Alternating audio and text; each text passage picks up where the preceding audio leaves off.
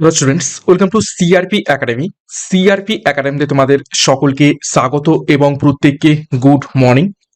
আমরা আপকামিং 2026 সালের সমস্ত পুলিশ পরীক্ষা অর্থাৎ ডাব্লিউবিপি এবং কেপি পরীক্ষাকে লক্ষ্য করে প্রত্যেকদিন সকাল 7টা থেকে 40টি করে বাছাই করা প্রশ্ন উত্তরের মাধ্যমে জিকে ক্লাস করছি এবং আজকে আমরা 3 নম্বর প্র্যাকটিস সেট করব এবং সাথে অনেক আমি এক্সট্রা নোটস রেখেছি। তো শুরু থেকে শেষ পর্যন্ত দেখবে খুবই গুরুত্বপূর্ণ ক্লাস। এবং সিআরপি একাডেমিতে নতুন হয়ে থাকলে চ্যানেলটিকে সাবস্ক্রাইব করে পাশের বেল আইকনটা প্রেস করে রাখবে, সাথে আমাদের অফিসিয়াল টেলিগ্রাম চ্যানেলে যুক্ত হয়ে যাবে। তো দেখো, প্রথম প্রশ্ন, 1 নম্বর প্রশ্ন কারেন্ট অ্যাফেয়ার্স উপর থেকে, জাতীয় যুব দিবস পালন করা হয় কবে? প্রত্যেকটি প্রশ্ন চলাকালীন চেষ্টা করবে নিজেরাই সঠিক উত্তরগুলো কমেন্ট বক্সে কমেন্ট করার এবং আমার উত্তরের সাথে মেলাতে থাকবে তোমাদের উত্তরগুলো মিলছে কি। তো জাতীয় যুব দিবস পালন করা হয় কবে? তো সঠিক উত্তর হয়ে যাবে অপশন এ, 12ই জানুয়ারি। এবং কিসের জন্য পালন করা হয় তোমরা সকলে জানো, স্বামী বিবেকানন্দের জন্মদিন। এবং এখান থেকে মনে রাখবে আন্তর্জাতিক আন্তর্জাতিক যুব দিবস সেটি কবে পালন করা হয় থাকে? 12ই আগস্ট। নেক্সট 2 নম্বর প্রশ্ন, অপারেশন মিলাপের অধীনে 1300 জনেরও বেশি নিখোঁজ ব্যক্তিকে খুঁজে বের করেছে কোথাকার পুলিশ?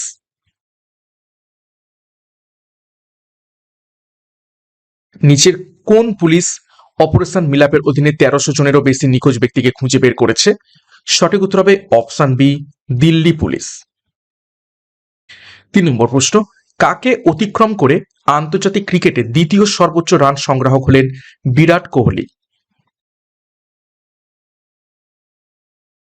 নিচের কোন ক্রিকেটারকে অতিক্রম করে দ্বিতীয় সর্বোচ্চ রান সংগ্রাহক হয়েছেন বিরাট কোহলি? তো সঠিক উত্তর হয়ে যাবে অপশন সি, কুমার সাঙ্গাকারাকে। 4 নম্বর প্রশ্ন দেখো, বিশ্ব হিন্দি দিবস পালন করা হয় নিচের কোন তারিখে?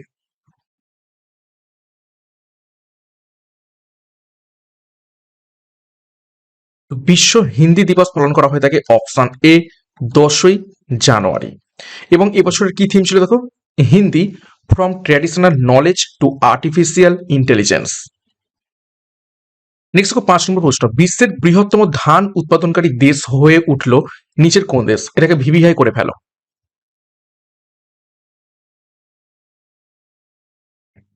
নিচের কোন দেশ বিশ্বের বৃহত্তম ধান উৎপাদনকারী দেশ হয়ে উঠেছে? তো সঠিক উত্তর হয়ে যাবে আমাদের দেশ ভারত। নেক্সট গুরুত্বপূর্ণ ঘোষণা, 2026 সালকে লক্ষ্য করে আমাদের WBP foundation batch course launch করা হয়েছে, যেখানে সমস্ত পুলিশ পরীক্ষার সমস্ত এক্সাম এবং সিলেবাস অনুযায়ী প্রত্যেকটা বিষয় অর্থাৎ জিকে, গণিত, ইংরেজি, রিজনিং এবং বাংলার প্রত্যেকটা অধ্যায় ধরে ধরে ডেসক্রিপটিভ প্যাটার্নের থিওরির মাধ্যমে ক্লাস পাবে, সাথে প্রত্যেকটা অধ্যায়ের উপর থেকে মক টেস্ট এবং ক্লাসের পিডিএফ স্টাডি মেটেরিয়াল, সাথে ডাউট ক্লিয়ারিং ক্লাস। এর সাথে কেপি কনস্টেবল মেন ব্যাচ কোর্সেরও আমরা ব্যাচ কোর্স লঞ্চ করেছি। তো যোগাযোগ করো 9647553612 নম্বরে। পরীক্ষার সেরা প্রস্তুতির জন্য যার যে ব্যাচ কোর্সের প্রয়োজন রয়েছে সেখানে যুক্ত হয়ে যাও। বিশেষ করে এই ফাউন্ডেশন ব্যাচ কোর্সে সমস্ত পরীক্ষার জন্য তোমরা প্রস্তুতি পেয়ে যাবে এখান থেকে। বিস্তারিত ডিসক্রিপশন বক্সে রয়েছে, এখনই যুক্ত হয়ে যাও। 6 নম্বর প্রশ্ন, উগান্ডার রাজধানীর নাম কি? বিভিন্ন দেশের রাজধানী থেকে পরীক্ষায় প্রশ্ন এসে থাকে। তো উগান্ডার রাজধানীর নাম হয়ে যাবে অপশন ডি, কাম্পালা। দেখো, কিছু গুরুত্বপূর্ণ দেশের রাজধানীর নাম দেখে নেবো। ইরাকের রাজধানী বাগদাদ, জর্ডনের রাজধানী আম্মান, সার্বিয়ার রাজধানী হলো বেলগ্রেড, মায়ানমারের রাজধানী কি নাইপিদো, সিরিয়ার রাজধানী দামাস্কাস, ঠিক আছে, বা দামাস্কাস, এবং এটা হচ্ছে বিশ্বের প্রাচীনতম শহর। পরীক্ষায় প্রশ্ন এসেছে।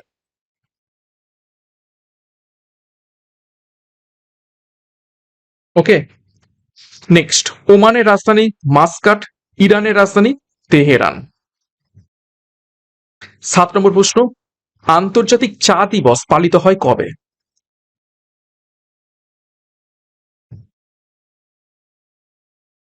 সঠিক উত্তর অপশানে 15ই ডিসেম্বর। 8 নম্বর প্রশ্ন, গোবি মরুভূমি কোথায় অবস্থিত রয়েছে নিচের কোন দেশে?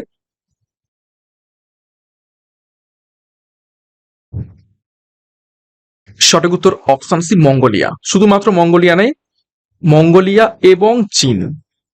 দুটো দেশের সীমান্তে গোবি মরুভূমি অবস্থিত রয়েছে। দেখো কিছু গুরুত্বপূর্ণ মরুভূমি কোথায় অবস্থিত দেখে নেব। সিমসন মরুভূমি অবস্থিত রয়েছে উত্তর আফ্রিকাতে। কালাহারি মরুভূমি অবস্থিত রয়েছে দক্ষিণ আফ্রিকাতে। গিবসন মরুভূমি অবস্থিত রয়েছে অস্ট্রেলিয়াতে। প্যাটাগোনিয়া মরুভূমি অবস্থিত রয়েছে আর্জেন্টিনাতে। তাকলা মাকান মরুভূমি অবস্থিত রয়েছে চীনে। আটাকামা মরুভূমি অবস্থিত রয়েছে চিলি এবং পেরুতে। খুবই গুরুত্বপূর্ণ তথ্য এখান থেকে দেখলাম, ভালো করে এই লিস্টটা দেখবে। এই এক্সট্রা নোটস গুলো কিন্তু দেখবে, এক্সট্রা নোটস থেকে পরীক্ষায় প্রশ্ন আসে এবং এসেওছে। খুব ইম্পর্টেন্ট এই এক্সট্রা নোটস গুলো। শুধু শুধু একটা প্রশ্ন দেখবে কেন, সাথে এক্সট্রা নোটস দেখলে আনুষঙ্গিক তথ্য জানতে পারবে এবং সেখান থেকেও তোমাদের অনেক অনেক হেল্প হবে। 9 নম্বর প্রশ্ন, চাচাই জলপ্রপাত কোথায় অবস্থিত রয়েছে, কোন রাজ্যে?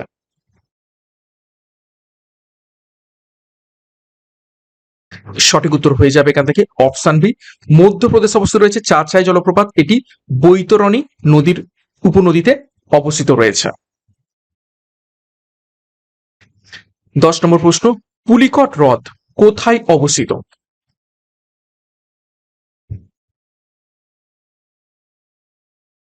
সঠিক উত্তর হবে অপশনে অন্ধ্রপ্রদেশ। শুধুমাত্র অন্ধ্রপ্রদেশ বললে ভুল হবে, অন্ধ্রপ্রদেশ ও তামিলনাড়ু সীমান্তে। আচ্ছা, পুলিকট হ্রদ ভারতের দ্বিতীয় বৃহত্তম লাগুন। এটি অন্ধ্রপ্রদেশ এবং তামিলনাড়ুর সীমান্তে অবস্থিত রয়েছে। 11 নম্বর প্রশ্ন, অর্থ কমিশন আইন পাস হয় কবে?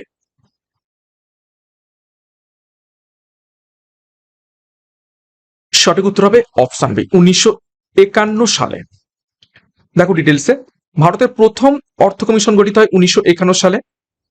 সংবিধানের 280 ধারা অনুযায়ী অর্থ কমিশন গঠিত হয়ে থাকে। খুবই খুবই ইম্পর্টেন্ট। প্রতি 5 বছর অন্তর নতুন অর্থ কমিশন গঠিত হয় এবং কে গঠন করেন?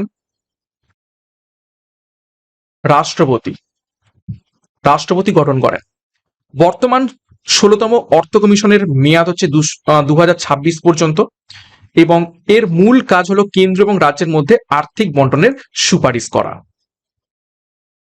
12 নম্বর প্রশ্ন, আমাদের দেশের বৈদেশিক মুদ্রার তহবিল রক্ষা করে নিচের কোন সংস্থা?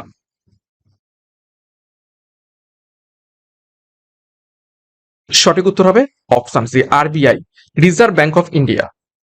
দেখো, রিজার্ভ ব্যাংক অফ ইন্ডিয়া 1935 সালে প্রতিষ্ঠিত হয়। মুদ্রানীতি, বৈদেশিক মুদ্রা রিজার্ভ, মুদ্রা ছাপা সব এগুলো আরবিআই করে। এর সদর দপ্তর রয়েছে মুম্বাইতে। রিজার্ভ ব্যাংকের বর্তমান গভর্নর কে রয়েছেন? সঞ্জয় মালহোত্রা, তিনি হচ্ছেন 26তম গভর্নর। 13 নম্বর প্রশ্ন, ভারতবর্ষে প্রথম জাতীয় আয় পরিমাপ করেছিলেন নিচের কোন ব্যক্তি? ভিভিআই প্রশ্ন।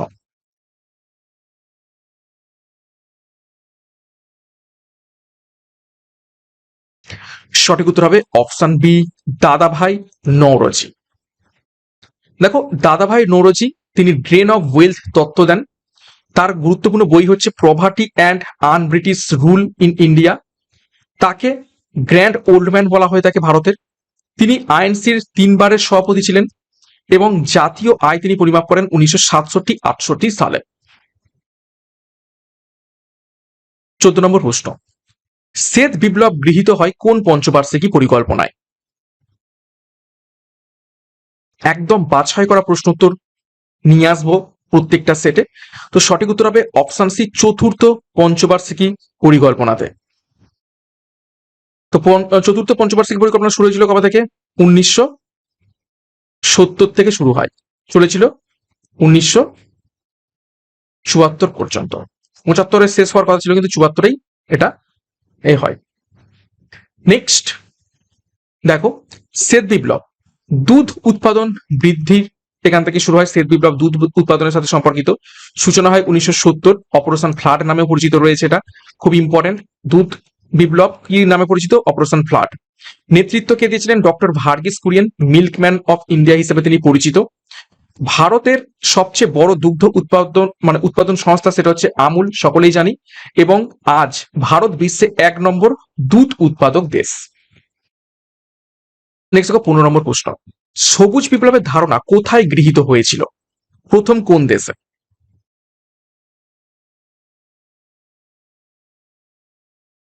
সঠিক উত্তর হবে অপশন ডি, মেক্সিকোতে।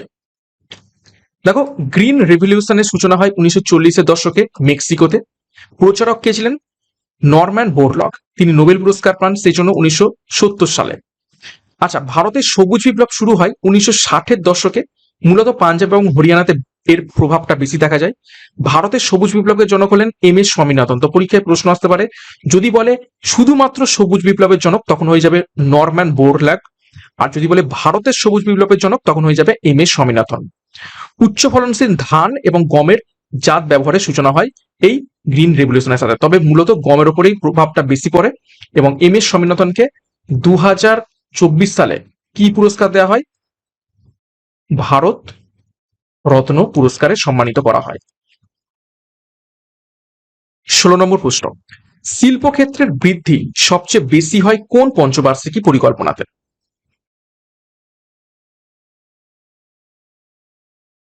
সঠিক উত্তর অপশন সি, দ্বিতীয় পঞ্চবার্ষিকী পরিকল্পনাতে। এর উদ্দেশ্যই ছিল কি? ভারী শিল্প। দেখো, এর প্রধান স্থপতি ছিল মোহালানবিস পরিকল্পনা। পিসি মোহালানবিস এই দ্বিতীয় পঞ্চবার্ষিকী পরিকল্পনার মডেল তৈরি করেছিলেন এবং সময় ছিল 1956 থেকে 61। দেখো, পঞ্চম পঞ্চবার্ষিকী পরিকল্পনা 1974 থেকে 79 পর্যন্ত। চতুর্থ পঞ্চবার্ষিকী পরিকল্পনা এটা হচ্ছে 1969 থেকে 74 পর্যন্ত। আমি একটু আগে ভুল বলেছি, তার জন্য ক্ষমা চাইছি। 69 থেকে 1974। আচ্ছা, ষষ্ঠ পঞ্চবার্ষিকী পরিকল্পনা 1980 সালে শুরু হয়। নেক্সট, 17 নম্বর প্রশ্ন, মালদা জেলার ভূমিকে কি বলা হয়? মালদা জেলার ভূমি কি নামে পরিচিত?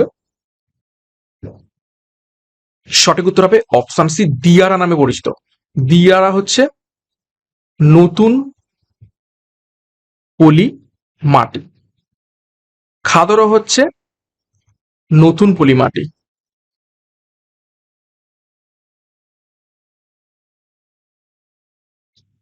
নেক্সট দেখো, 18 নম্বর প্রশ্ন, রিয়া উপকূল কোথায় অবস্থিত? নিচের কোন রাজ্যে আমরা রিয়া উপকূল দেখতে পেয়ে থাকি বা রিয়া কোস্ট?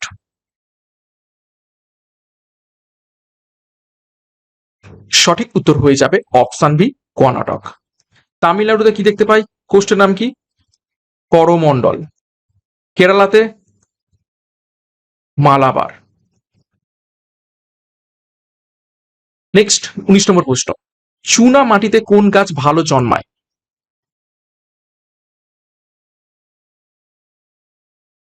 সঠিক উত্তর দেখো অপশনে তুলসী, গোলাপ এবং লেবু, এগুলো হচ্ছে চুনা মাটিতে বেশি ভালো জন্মায়। দেখো, কালো মাটি, কালো মাটিতে তুলা চাষের জন্য উপযোগী। কালো মাটির অপর নাম কি রয়েছে? রেগুর মৃত্তিকা। পরীক্ষায় বেশ কয়েকবার প্রশ্ন এসেছে। দোআঁশ মাটিতে গম এবং ধানের জন্য খুবই ভালো, এবং লাল মাটি বা ল্যাটেরাইট মাটি যেটাকে আমরা বলে থাকি সেটা হচ্ছে পাট এবং চীনা বাদামের জন্য খুবই ইম্পর্টেন্ট। নেক্সট, 20 নম্বর প্রশ্ন, পৃথিবীর গভীরতম গিরিখাত নিচের কোনটি?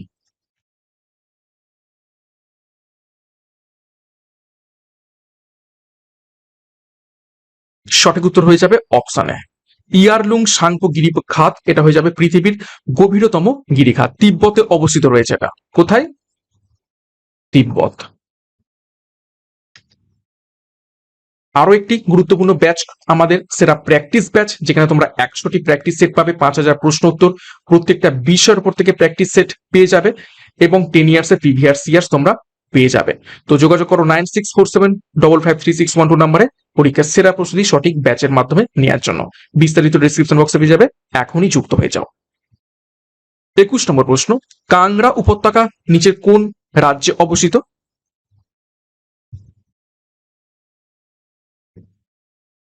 সঠিক উত্তর হয়ে যাবে অপশন বি, হিমাচল প্রদেশে। 22 নম্বর প্রশ্ন, দুধসাগর জলপ্রপাত কোন নদীর উপর অবস্থিত?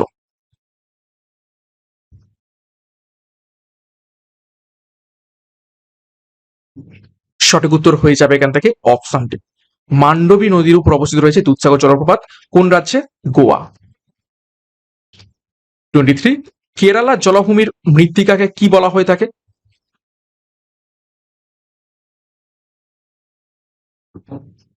সঠিক উত্তর হবে কারি মৃত্তিকা বলা হয় তাকে।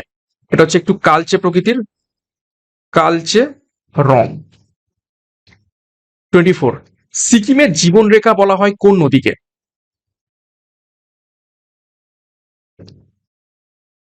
সিকিম এবং উত্তরবঙ্গের প্রধান নদী, সঠিক উত্তর হয়ে যাবে অপশন সি, তিস্তা নদীকে বলা হয়ে থাকে সিকিমের জীবনরেখা। 25, তিব্বতের তোরসা নদীকে কি নামে ডাকা হয় বা কি নামে পরিচিত? তোরসা নদী তিব্বতে।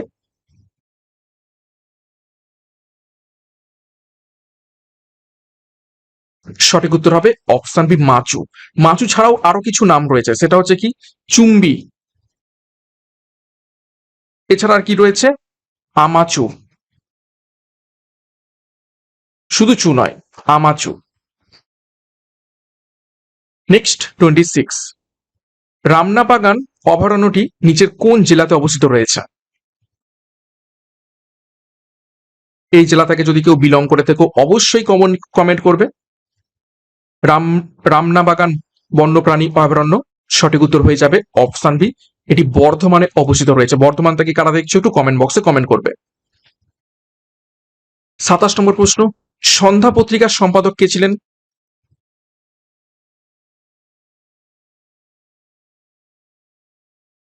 সঠিক উত্তর হয়ে যাবে অপশন ডি, ব্রহ্মবান্ধব উপাধ্যায়। খুবই ইম্পর্টেন্ট প্রশ্ন। দেখো কিছু গুরুত্বপূর্ণ পত্রিকা কারা প্রকাশ করেছিলেন এবং কত সালে দেখে নেব। বেঙ্গল গ্যাজেট পত্রিকাটি জেমস অগাস্টাস হিগি 1780 সালে প্রতিষ্ঠা করেন এবং এটা হচ্ছে ভারতের প্রথম পত্রিকা। সংবাদ কৌমুদী পত্রিকাটি রাজা রামমোহন রায় 1821 সালে প্রতিষ্ঠা করেন। সংবাদ প্রভাকর পত্রিকাটি ঈশ্বরচন্দ্র গুপ্ত 1831 সালে প্রতিষ্ঠা করেন। তত্ত্ববোধিনী পত্রিকাটি অক্ষয় কুমার দত্ত 1843 সালে প্রতিষ্ঠা করেন। হিন্দু প্যাট্রিয়ট পত্রিকাটি গিরিশচন্দ্র ঘোষ 1853 সালে প্রতিষ্ঠা করেন। সঞ্জীবনী পত্রিকাটি কৃষ্ণ কুমার মিত্র 1883 সালে প্রতিষ্ঠা করেন। খুবই খুবই ইম্পর্টেন্ট। 28 নম্বর প্রশ্ন, বাংলার প্রথম নবাব ছিলেন কে?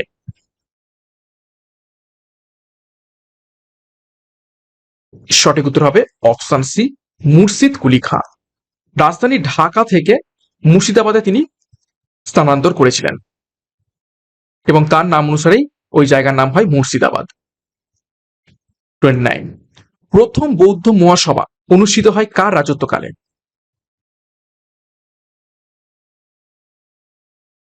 কোন রাজার রাজত্বকালে প্রথম বৌদ্ধ সভা অনুষ্ঠিত হয়?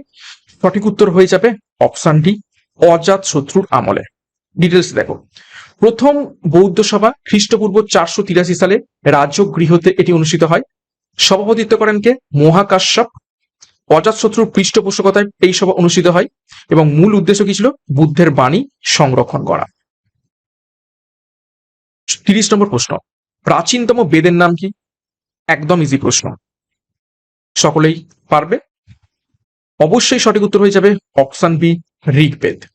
এতে 10টি মণ্ডল রয়েছে এবং 1028টি সূক্ত রয়েছে এই আমাদের ঋগ্বেদের।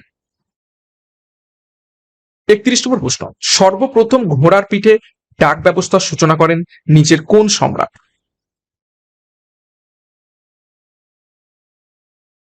সঠিক উত্তর হয়ে যাবে অপশন বি, শের শাহ। দেখো, শের শাহ সুরি, তার সময়কাল 1540 থেকে 1545। শাসন আমলে ডাক ব্যবস্থা তিনি গড়ে তোলেন। তিনি জিটি রোড বা গ্র্যান্ড ট্র্যাঙ্ক রোড তৈরি করেন পেশোয়ার থেকে কলকাতা পর্যন্ত।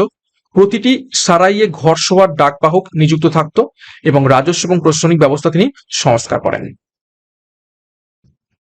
32 নম্বর প্রশ্ন, ভারতে দাস প্রথা ছিল না, এই উক্তিটি কার? নিচের কোন পরিব্রাজকের? নিচের কোন পরিব্রাজকের বা পর্যটকের গ্রন্থ থেকে আমরা জানতে পারি যে তখন বা তৎকালীন সময় ভারতের দাস প্রথা ছিল না? সঠিক উত্তর হয়ে যাবে এখান থেকে অপশনে মেগাস্থানিস। ঠিক আছে, তো মেগাস্থানিসের গুরুত্বপূর্ণ বই ইন্ডিকা, সেই ইন্ডিকা থেকে আমরা জানতে পারি যে তখন দাস প্রথা ছিল না, মানে মেগাস্থানিস যে টাইমে এসেছিল সেই সময়। মেগাস্থানিস ছিলেন সেলুকাসের দূত মৌর্য যুগের। চন্দ্রগুপ্ত মৌর্যের সময় এসেছিলেন। বই লিখেছেন ইন্ডিকা, ভারত সম্পর্কে তথ্য জানতে পারি এবং মনে রাখবে এই ইন্ডিকাতে 7 কাস্ট থিওরি অর্থাৎ তৎকালীন সময়ে 7টা কাস্টে বিভক্ত ছিল ভারতবর্ষ। এটা আমরা কিন্তু জানতে পারি এই ইন্ডিকা থেকে। কিন্তু দাস প্রথা ছিল না, এটাও কিন্তু জানতে পারি। অর্থাৎ এই 7টা কাস্টের মধ্যে দাস প্রথা কিন্তু ছিল না, কিন্তু এখানে 7 ধরনের আমরা কাস্টের কথা জানতে পারি। চন্দ্রগুপ্ত মৌর্যের দরবারে তিনি ছিলেন। 33 নম্বর প্রশ্ন, কাশী বিশ্বনাথ মন্দির কোথায় অবস্থিত রয়েছে?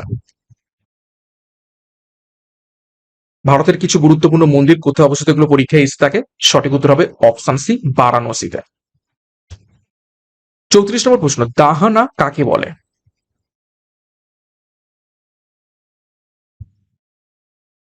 সঠিক উত্তর হবে এক ধরনের বালিয়াড়িকে বলা হয় দাহানা, মরুভূমিতে দেখতে পাওয়া যায়। 35, চেঙ্গিস খাঁর আসল নাম কি? খুব ইম্পর্টেন্ট প্রশ্ন।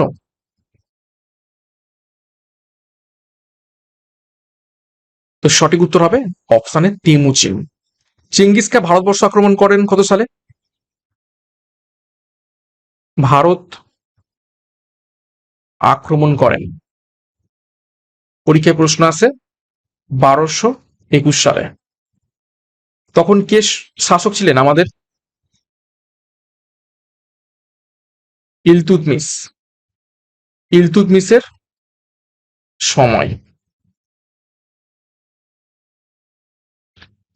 36, নীলগিরি কি ধরনের পর্বত?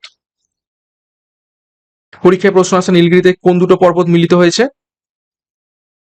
পূর্বঘাট এবং পশ্চিমঘাট পর্বত মালার মিলিত হয়েছে। তো সঠিক উত্তর হয়ে যাবে অপশন সি, ক্ষয়জাত। নীলগিরির সর্বোচ্চ শৃঙ্গ পরীক্ষা আছে দোদা বেতা, সরি, ওকে, দোদা বেতা। 37, দামোদর উপত্যকা কোন ধরনের উপত্যকা? সঠিক উত্তর হবে অপশন সি, গ্রস্ত উপত্যকা। 38, হর্ষচরিত কার রচনা করা? কে লিখেছেন হর্ষচরিত? তো হর্ষবর্ধনের সভাকবি অপশন ডি, বাণভট্ট। বাণভট্টের আরো একটি গুরুত্বপূর্ণ লেখা রয়েছে, সেটা হচ্ছে কাদম্বরী। বিষ্ণু শর্মা কি লিখেছেন? পঞ্চতন্ত্র। তুলসীদাস কি লিখেছেন? রামচরিত মানস।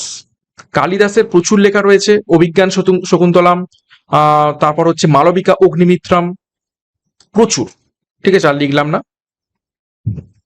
নেক্সট 39, ভারতে প্রথম শিল্প নীতি প্রণীত হয় কবে?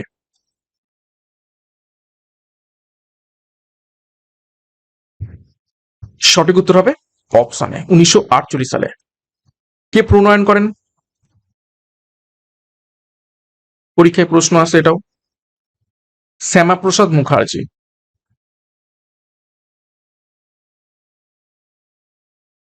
ওকে। 40 নম্বর প্রশ্ন এবং আজ ক্লাসের শেষ প্রশ্ন, ক্যাবিনেট মিশন এর প্রস্তাব দেন কে?